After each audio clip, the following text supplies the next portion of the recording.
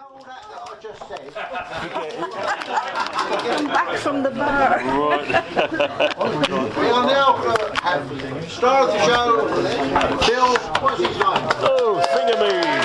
Right. Can I first of all say a big thank you to everybody who contributed to the fund to send Jerry away to Ireland for the And I thought possibly we might start on a patriotic note. Because it's St George's Day coming up, isn't it? And 23rd of April. that's right. Not a lot of people know this, because they think St George never even came to Britain. Not only have I found an ancient piece of parchment which tells us otherwise, he did come to England, and he also came to Romford. Yeah, so it's all local stuff tonight, isn't it? And another unknown fact is it's the pantomime season. Oh, yes it is. Yeah, that'll do. So let's combine the two. St George, he was a Turkish knight, he wasn't one of us, but that's alright. He'd have been rubbish in a Friday night fight in Romford. He'd get dressed up in armour bright, but dragons were few and a very rare sight. And his chances of finding a maiden was slight in Romford.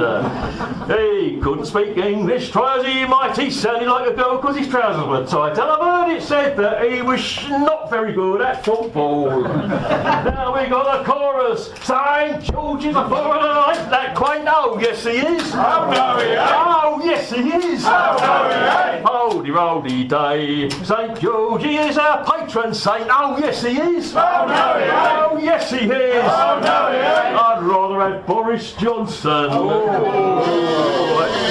Now, just last week in Market Square there was fire and smoke and a stench in the air. People were running here and there, all in a terrible hurry. Now this is true, I solemnly swear I've heard this story everywhere. It was old Mark Self with his pants on fire after last night's chicken curry. But right behind it came to pass was a bloody great dragon with a spear up his arse, being chased by a geezer on a big white horse. Or it might have been a camel. Anyway, brave St George went riding by with his glass leg and his woolen eye and a cricket bat strapped to his thigh. To London, Dick. No, that's not it, is it? And his balls, they were enamel. Chorus. That's enough of that. St George is a foreigner, ain't that quaint? Oh yes he is. Oh no he ain't. Oh yes he is. Oh no he ain't. Foldy roldy day. St George, he is our patron saint. Oh yes he is. Oh no he ain't. Oh yes he is. Oh no he ain't. I'd rather have the Easter Bunny.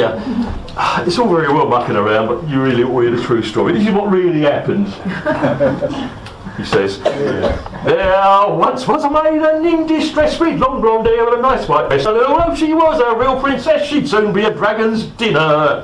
When along came George just passing by, when this young maiden caught his eye, "Oh, rescue me," was a plaintive cry. "I'll reward you with a tenner, or the equivalent in sexual favours, whatever." So George on his horse went green and cross, waving in the air his trusty lance, and as the dragon did advance, he changed his mind and legged it. Now the dragon thought this a splendid game, although it was rather old and lame. They chased to George, breathing, belching out flame, and then he had a heart attack and pegged it. Ah, poor thing. Sad, isn't it? St George is a foreigner, ain't that quaint? Oh yes he is. Oh no he ain't. Oh yes he is. Oh no he ain't. Foldy roldy day. St George, he is our patron saint. Oh yes he is. Oh no he ain't. Oh yes he is. Oh no he ain't. I'd rather have Prince Andrew. Oh, babe. Before my story gets much worse, I'll sing you just one final verse. Won't be time for me to rehearse, so this could all go wrong. But this story has a moral. Never with a dragon quarrel, or you could meet your Armageddon. And you'll have to bugger off just like Harry and Meghan. Oh, St George, he lingers on. His body is now long gone. His head's kept in a box in Rome. But England is still his home. Last time for the chorus.